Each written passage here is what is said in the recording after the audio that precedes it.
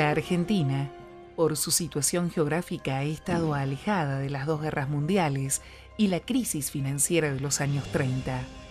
De manera que su población, aun a sabiendas de lo que ocurría en el resto del mundo, vivía en forma apacible, abierta a la inmigración y con una clase media incipiente que empezaba a cambiar la fisonomía social del país. Al mismo tiempo, y del otro lado del océano, Europa estaba pasando un periodo lleno de presagios.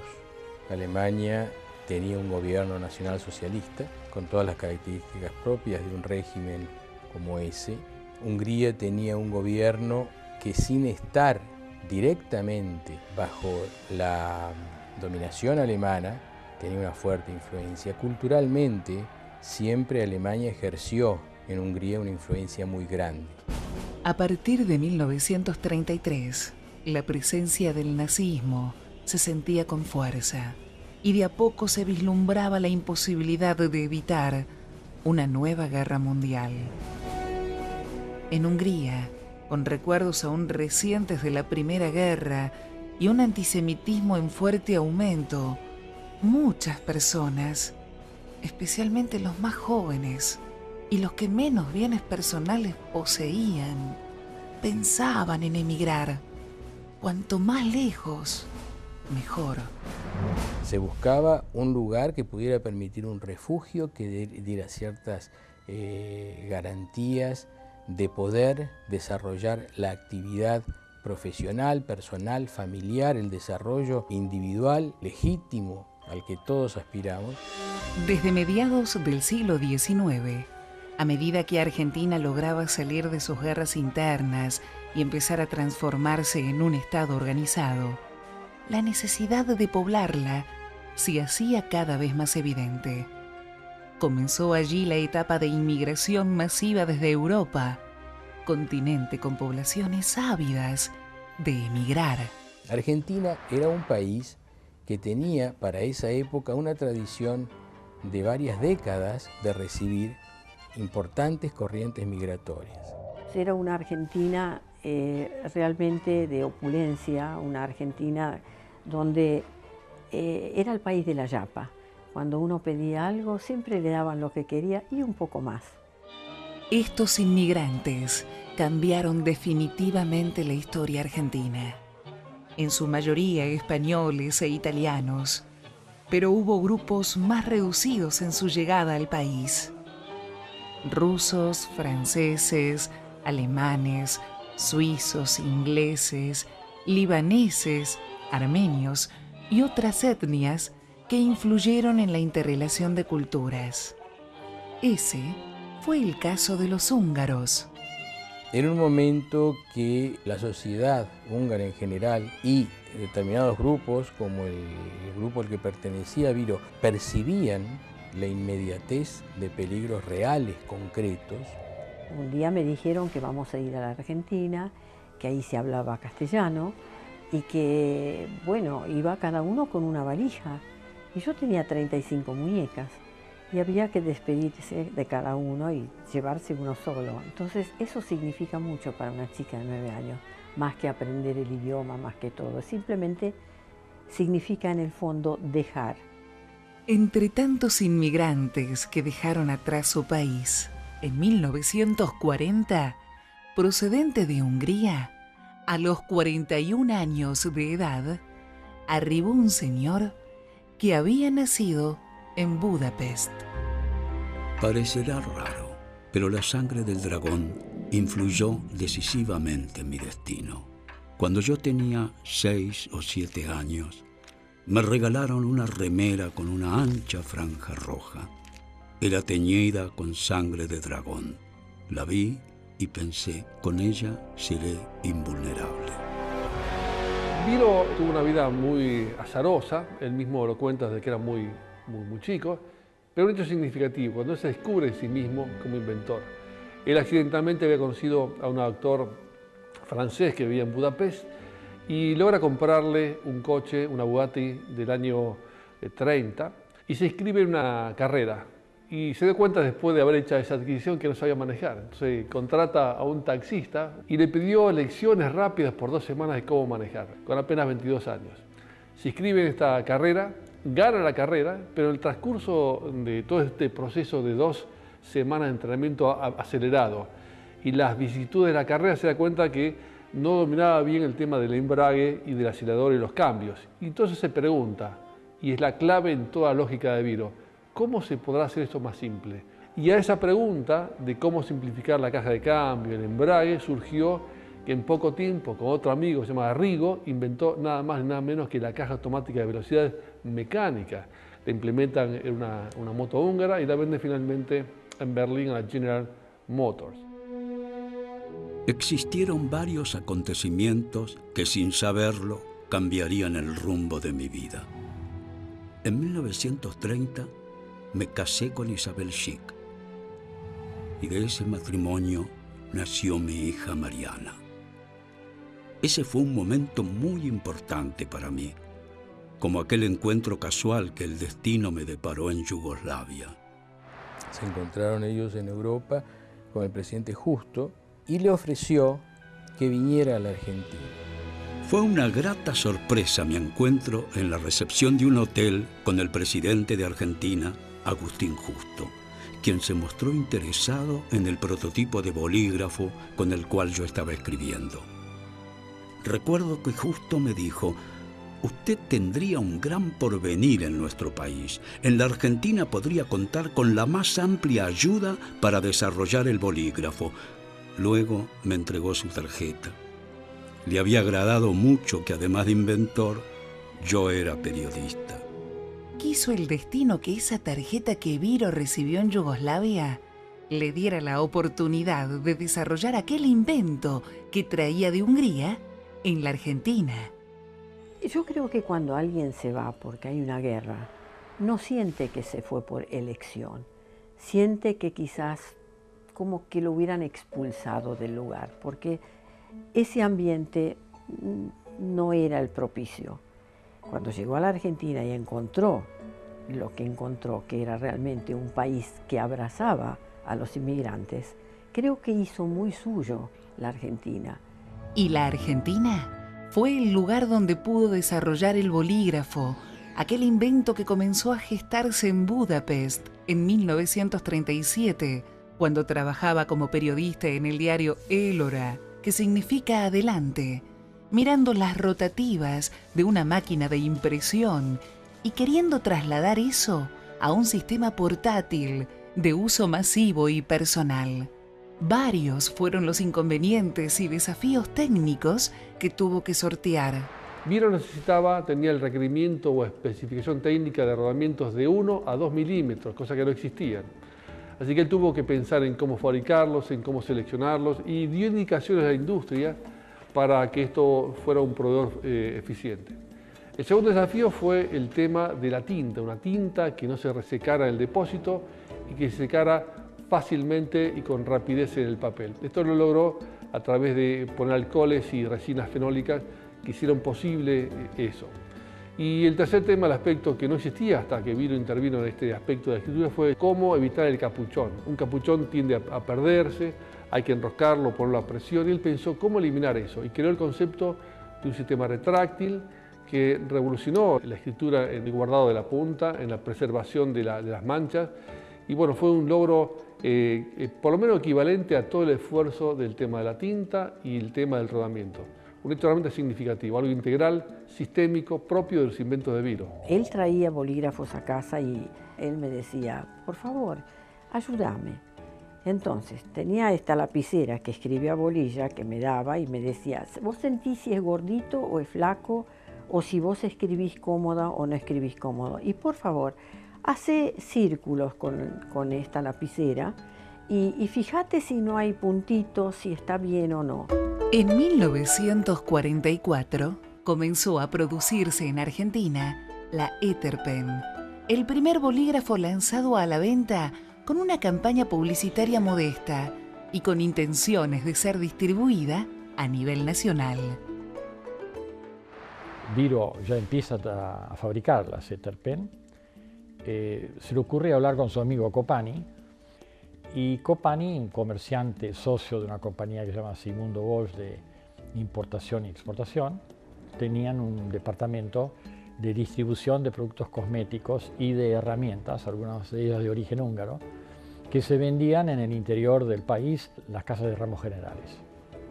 Al principio las cosas iban muy bien, pero empieza a escucharse muchas quejas del interior sobre un problema de la Eterpen. Atrás de las quejas lo que empieza a venir son cajas de madera llenas de Eterpen, entre las cuales había un montón que perdían tinta.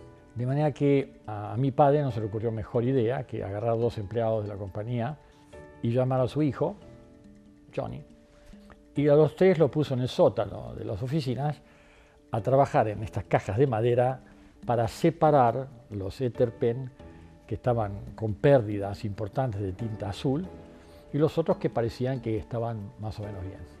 Curiosamente, aún hoy en día, cuando agarro una virome, que obviamente la agarro todos los días, y muchas veces cuando uno escribe mucho o la virome estuvo en un lugar caliente, por ahí mancha un poco el papel. Y cada vez que veo esa mancha, me recuerdo de un pibe de 13 años con las manos llenas de tinta. Eso es el aspecto técnico, pero conseguir convencer a inversores que apostaran en él, pruebas, matricerías, patentes, viajes, interminables discusiones y negociaciones, eso puso a prueba no solo el talento, sino la paciencia de Viro. Viro estaba convencido, convenció a otras personas y esto fue posible en el largo plazo. Yo creo que Viro, una vez que supo que era capaz de poder reproducir en forma industrial su producto, su invento, del resto de las cosas se ocupaba bastante poco, no era su interés, no era su especialidad. En cuanto se comprobó la posibilidad de producir bolígrafos en cantidades industriales y con una calidad constante, empezaron las negociaciones para su fabricación y comercialización en Europa y Estados Unidos. El éxito casi instantáneo que el bolígrafo logró en el hemisferio norte lanzó a la fama al producto y a su inventor. En muy poco tiempo, la lapicera fuente y el lápiz fueron cosas del pasado. Y el mundo entero adoptó la virome en miles de formas, marcas, colores y tamaños. Es altamente significativo ver la evolución de la escritura humana desde los egipcios y la escritura cuneiforme y en tablillas de arcilla hasta la aparición de la pluma fuente tradicional por Waterman. Pasaron como 5.000 años. Desde el evento del desarrollo de esta lapicera fuente, un cartucho interno de tinta, hasta el bolígrafo, pasaron 150 años. Y eso se acortó mucho el tiempo. Y apenas 70 años el bolígrafo tiene de vida. Esto es democrático, como decía Viro, quería que este invento esté en la mano de todos. Era algo fácil de fabricar, escala masiva, y era amigable para el usuario. Eso fue el salto básico, la escala y la facilidad de uso. Nadie puede discutir que el bolígrafo o la virome nació en Hungría, porque cuando llega Viro acá, él ya tiene inclusive patentado el bolígrafo. Pero obviamente la virome se crió, se educó y maduró en la República Argentina. Así que es binacional, si se quiere. Tendrá certificado de nacimiento húngaro, pero tiene cédula y pasaporte argentino. Hay un hombre que puede decir: nosotros los argentinos lo inventamos, lo fabricamos, lo perfeccionamos. Ese hombre es Viro, el inventor del bolígrafo. Y yo como inventor digo, un bolígrafo de verdad. Silvapen, punta indestructible. Un inventor siempre inventa, generalmente tiene muchos inventos, porque su mente siempre está pensando en resolver algún problema que encuentra. Es difícil imaginar un inventor que haya desarrollado tantos y tan variados inventos. Sin duda el famoso es la virome, pero no por ello fue el más importante para él. Viro descubrió en sí mismo un potencial. Cuando se preguntaba cómo poder simplificarlo, encontraba habitualmente respuestas. Y eso no es nada más ni nada menos que la mente de un inventor profesional. Pero también el inventor es un artista de la ciencia, porque sabe qué hace, pero puede crear. Aparece un deseo, pintar. Veo la tela, el caballete, la paleta, los colores, y me sumerjo en una atmósfera muy particular, mezcla de sosiego, inquietud, potencia, casi omnipotencia. Una de las cosas inobjetables en la pintura de él es que hay un tratamiento europeo muy pronunciado.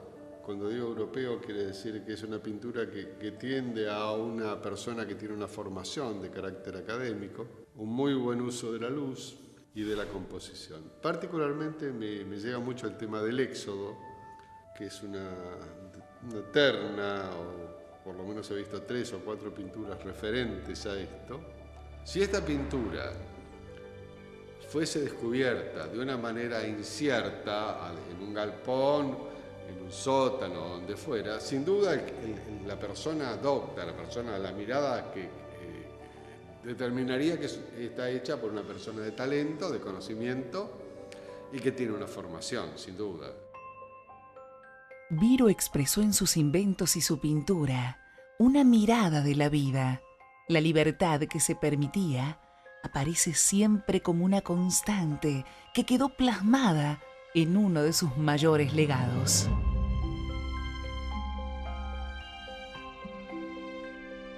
A medida que fui creciendo, me empapé más en las actividades de mi padre. Siempre digo, fueron muy interesantes. Conversábamos mucho sobre temas de lo más variados, pero sentí cada vez que no era lo mío. Lo mío era otra cosa. Y tardé en encontrar qué es educación. Como yo tuve la suerte de crecer sin los límites del qué dirán y cuidado con esto, sino que tenía libertad realmente, me pareció que era muy bueno poder ofrecérselo a otros.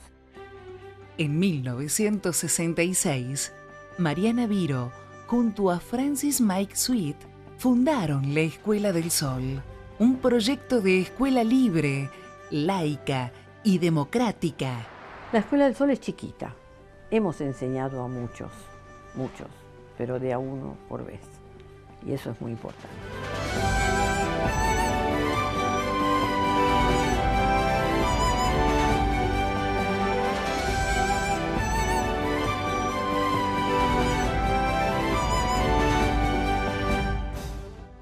Cuando Viro venía a la Escuela del Sol, le encantaba a los chicos, le encantaba el movimiento, le encantaba la curiosidad, le encantaba la emoción. Y le gustaba mucho que Mike y yo tengamos una escuela, pero él decía, por favor, no arruinen a los chicos enseñándoles. Daba como una tranquilidad saber que ese señor estaba en ese lugar y que uno tenía el honor de trabajar en ese lugar, porque era un lugar donde ese tipo de conocimiento además se esparcía. Cuando mi padre venía a la escuela y veía a los chicos, siempre pensaba, ¿por qué no hay una materia que enseñe a inventar? Entonces yo le decía, pero no se aprende a inventar.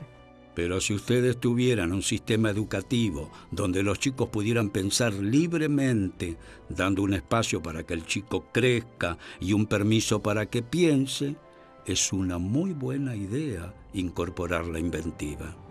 Años más tarde, en 1991, se creó un programa pedagógico único que proporcionó un espacio de formación para los inventores del futuro, incentivando a los jóvenes para que desarrollen su capacidad inventiva. Y entonces se formó una escuela argentina de inventores, chicos de 6 a 16 años que vienen todos los sábados a inventar. Esos chicos vienen con un cuaderno y un lápiz, no vienen con otra cosa.